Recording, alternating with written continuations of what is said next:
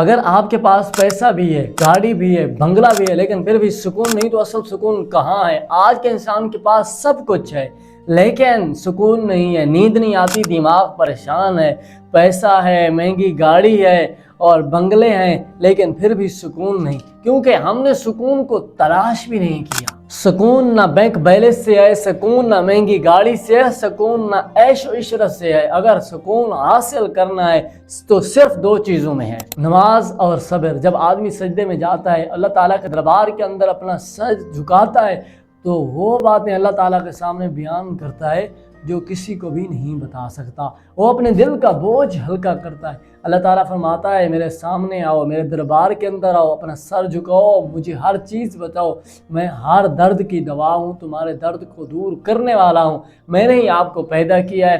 لیکن پھر بھی ہم غافل ہو چکے ہیں، اللہ تعالیٰ کے دربار سے ہٹ چکے ہیں، اللہ تعالیٰ کو یاد بھی نہیں کرتے۔ بتائیں آپ نے کبھی شام کو بیٹھ کر یہ کہا ہے یا اللہ مجھے صبح کا کھانا دے دے؟ بالکل بھی نہیں کہا۔ کیا آپ نے صبح کو بیٹھ کر یہ کہا ہے کہ یا اللہ مجھے شام کا کھانا دے دے؟ لیکن بالکل بھی نہیں کہا۔ اللہ تعالیٰ ہمارا رزاق ہے، بن مانگے ہم کو عطا کر دیتا ہے۔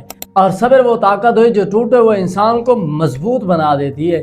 اور اللہ تعالیٰ فرماتا ہے ان اللہ مع الصابرین، میں صبر کرنے والوں کے ساتھ۔ کیونکہ ہم نے نماز کو چھوڑ دیا اور صبر کو کھو دیا، ہم سکون سے محروم ہو گئے۔ اگر آپ بھی سکون حاصل کرنا چاہتے ہیں تو آج سے وعدہ کریں، 5 وقت کی نماز با جماعت، خشوع اور خضوع، اخلاص کے ساتھ مسجد میں جا کر ادا کریں، اور اللہ تعالیٰ آپ کو قلبی سکون عطا فرمائے گا، اور ہر حال میں اللہ تعالیٰ کی رضا پر راضی رہیں، صبر اور شکر کرتے رہیں۔ اللہ تعالیٰ سے دعا ہے تمام امت مسلمہ کو قلبی سکون عطا فرمائے۔